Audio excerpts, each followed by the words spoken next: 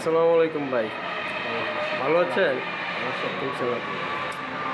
আপনার কাছে একটা জিনিস আমরা প্রশ্ন জানতে চাচ্ছি যে এই রূপগঞ্জের নির্বাচনের পর থেকে মাননীয় সংসদ সদস্য মুস্তাফিজুর রহমান ভূঁইয়া দীপু ভাই মাদকের উপরে এবং চাঁদাবাজদের বিরুদ্ধে এ বিষয়ে আপনাদের ছাত্রদল কি ভূমিকা রাখছে?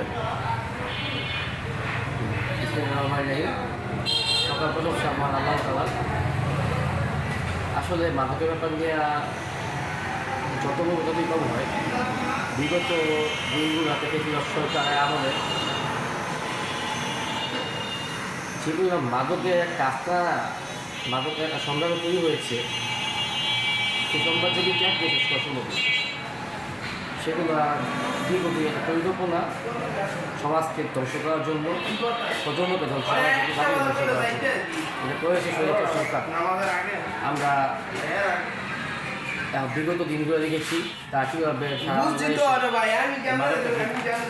ছেড়ে দিয়েছে। আমরা 5ই আগস্টের পর দেশ নতুনভাবে একটি স্বাধীনতা পাই।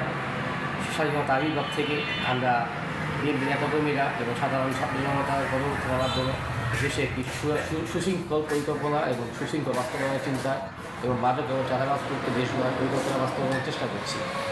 আপনারা দেখেছেন যে বিগত দিনে ফেসিবাদ সরকারের আমলে 70 বছর আমরা কোনো ভোটের কোনো অধিকার পাইনি, জনগণের কোনো অধিকার পাইনি, বাক্সের যেহেতু ছিল না আমাদের। আমরা প্রত্যেকেই ছিলাম মনে করেন যে দাসত্ব হয়েছি।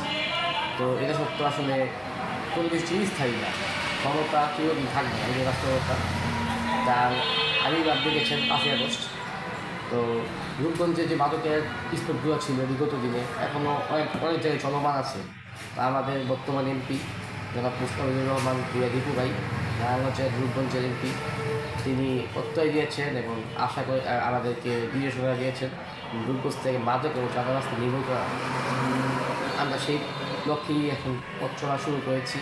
ইতিমধ্যে আপনারা দেখতে পেয়েছেন বিভিন্ন স্পটে যেসব মাদক স্পটগুলো আছে এগুলো চিহ্নিত করা হচ্ছে এবং আমাদের প্রশাসনের যে টিমগুলো আছে তার সর্বোচ্চ চেষ্টা করছে নির্দেশ পালন করার জন্য সহযোগী সরকার হিসেবে ছাত্রদের চেষ্টা করছি যারা মাদক করে তাদেরকে ধরিয়ে দেওয়ার জন্য।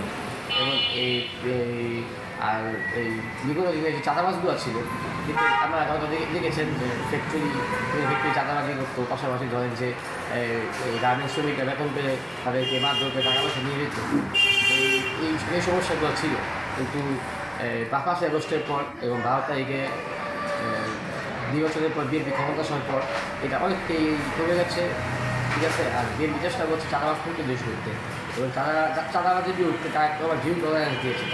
চাঁদাবাজ যা কোনো দলের হতে পারে, তার ব্যক্তিগত প্রাপ্তির জন্য, ব্যক্তিগত লাভের জন্য তারা এগুলো করে, তা আমার সংগঠনের নয়। তো তা একটা আমাদের নির্দেশনা এবং 2বার নির্দেশনা পালন করার লক্ষ্যে আমরা কাজ করে যাচ্ছি। বাংলা জাতীয় ছাত্রদল, ছাত্রদল আমরা চেষ্টা করবো রূপগঞ্জ থেকে মাদক ও চাঁদাবাজ মুক্ত রূপগঞ্জ করতে এবং সবচেয়ে রূপগঞ্জ যে পথে 2বার গিয়েছেন ইনশাল্লাহ সেই বাস্তবায়নে ছাত্রদল সর্বোচ্চ দিতে পারবে। ধন্যবাদ।